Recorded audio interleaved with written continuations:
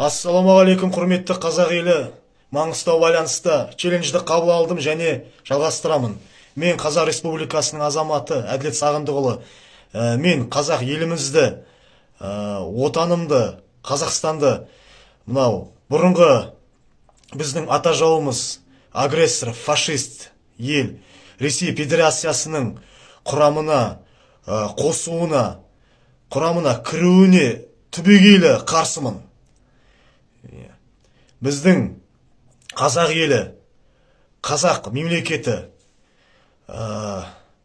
егеменді, тәуелсіз, бай қуатты, мықты, дамыған, демократиялық мемлекет болу керек, болу қажет.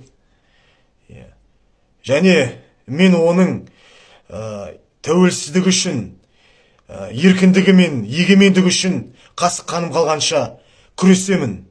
23-24 сәуірде өтетін мынау Қазақстан Халық Ассамблеясын жинап алып, Тоқаев елдің өзекті мәселесін, маңызды мемлекеттік мәселелерді жалпы талқылайды. Сол кезде референдум жайында талқылайды және жариялауы мүмкін.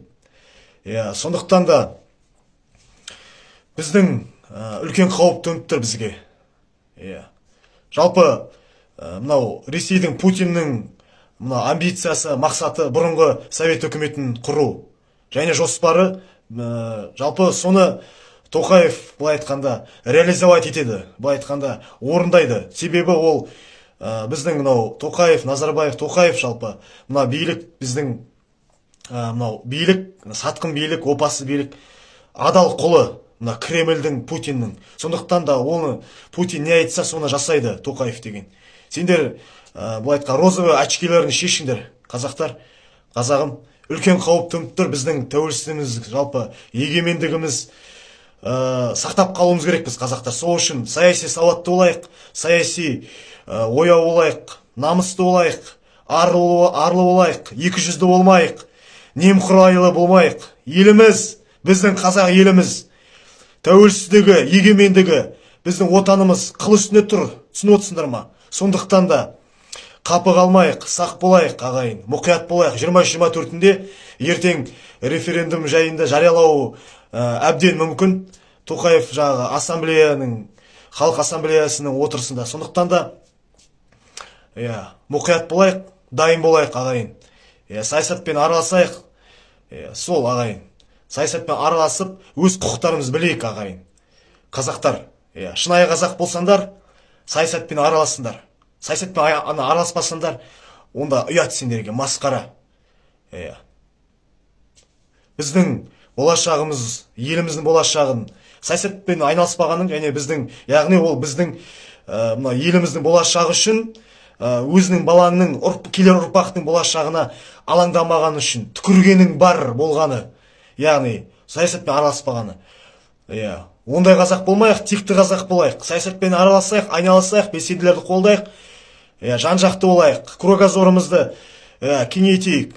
Жан-жақты қара, интернетте не болып жатқанын, пропаганданың құрбаны болмайық, ағайын, қазақтар. Мынау хабар, атамекен, бизнес бәрі өтірік айтады, бұрмалайды ақпараттың бәрін. Сондықтан да хабар, Қазақстанға сенбеңдер, билікке сенбеңдер, Тоқаевқа сенбеңдер. Ешқандай бәрі өтірік олардың айтып тұрғаны. Мен сендерге айтып тұрмын. Сондықтан да қорықпайық, бірігейік, саясатпен араласайық. Мен бір түсінген, біздің елдің мүддесіне жұмыс істеп жатқан жоқ. Билікте, Назарбаевтың жүйесі де, бұл жүйеде, екеуі де халықтың ертең үшін жұмыс жасап жатқан жоқ. Ал біз әшейін осы жердің бетінде жүрміз, құмырсқа ұқсап, қара халықта құмырсқа ұқсап жүрміз. Одан қалса билік көксегендер бар. Аңқау қазақты әрқайсысы бір өзіне тартып алып, бөліп алып, мынандай партия, анандай партия дейді. Өз ойларының құлы болып жүр да, өз ойларының құлы болып жүр.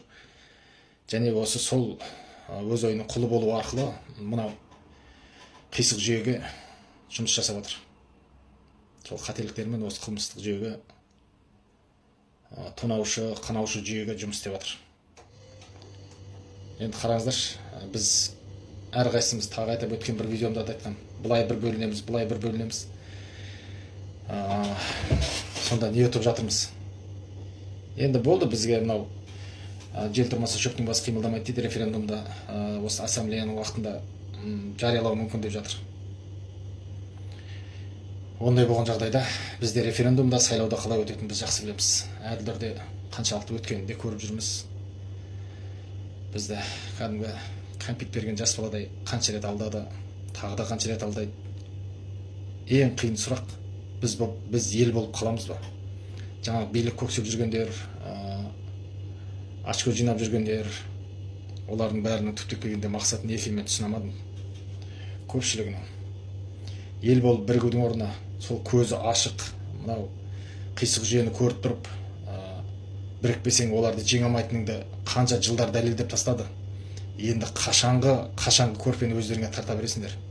Бір-бірімізбен хабарласып, былай жұдырықтай жұмылып, былай жұмыс істеуге болмай ма? Барлығымыз, қай партия бол, қандай ұйымдар болсын, өзіміздікін сұрайтын уақыт келген жоқ па? Тартса бергенде не өтіп жатырмыз? Өкінішті.